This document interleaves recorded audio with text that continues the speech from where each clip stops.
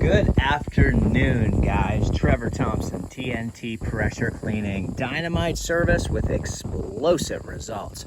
So I want to talk to you guys a little bit about hose management.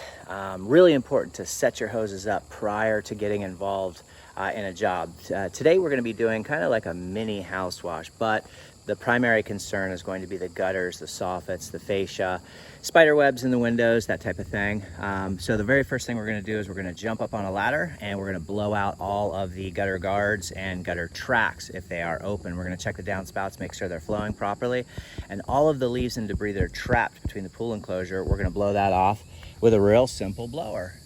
So we're just going to jump on up there. We are going to be using a house wash mix today. The hoses are strategically lined up so that this 200 feet running from this machine, now this Flexzilla tends to do this quite a bit as soon as you pressurize it. So you can just roll that over and give that a twist to straighten that out.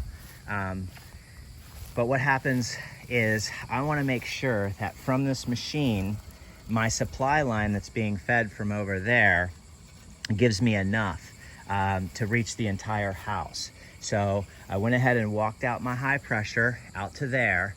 Then I brought my high pressure all the way around to my ladder. That way I can start that side of the house and start wrapping this way all the way around to the end of the house. And you can see here, if we take a look, you can see what those soffits look like.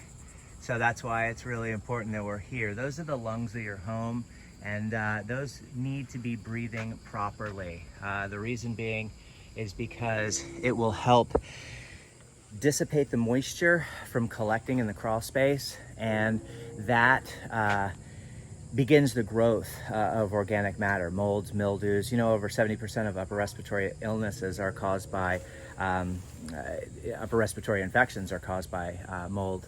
So if we take a look here, we can see just how dirty those soffits are.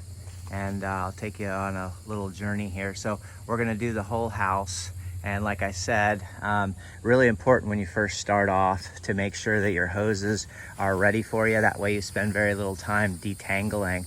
The soffits are in very dirty condition, and you can see that fence is pretty dirty too. So the house wraps around the back, and then there's a screened-in enclosure over there that we're going to take care of as well. As you can see up here, there are gutter guards right there. So, so we're gonna blow off all of the debris that's on top of those gutter guards and push what we can through the gutter guards, because this is not a gutter cleaning job where we would actually remove the guards, flush the tracks, and demuck. This is just a simple courtesy to get some of the debris off of the roof while we're doing this customer. This was a driveway that I did probably over, I don't know, it's been a year at least. I did this walkway too. It's been a long time. I'd have to check my calendar, but it still looks in just immaculate condition. So, so this is a customer of mine. Now, you're going to have to be mindful of plants because you got a lot of vegetation here. So we're not going to saturate a bunch of SH through there. If you look up here, these soffits are relatively clean. So a very light mix through there, and then get that immediately off. You can see your fascia and your flashing are completely clean. And over here, we do have a lot of vegetation throughout this yard that we have to be mindful of. So we don't want a super hot mix that could potentially threaten any vegetation. These are all brand new gutters along here.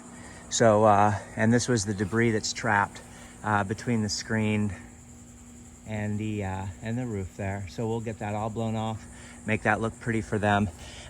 There's one area, a small degree of difficulty and also accessibility, and that's going to be around the side here. And I'll take you over there and let you see what that looks like, and what the gutters look like. So we'll shoot an after video to let you guys see what that looks like. But we are going to be doing this with the X-Jet and wash tips. So the X-Jet will be used to apply the solution. You can see how tight it is through here.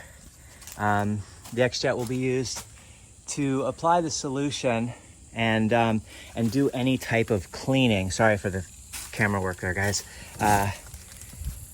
If there's areas that need to be agitated with a degree of moderate pressure, then the X-Jet will be used. Other than that, I'll flip you around really quickly because I'm going to reach in my back pocket.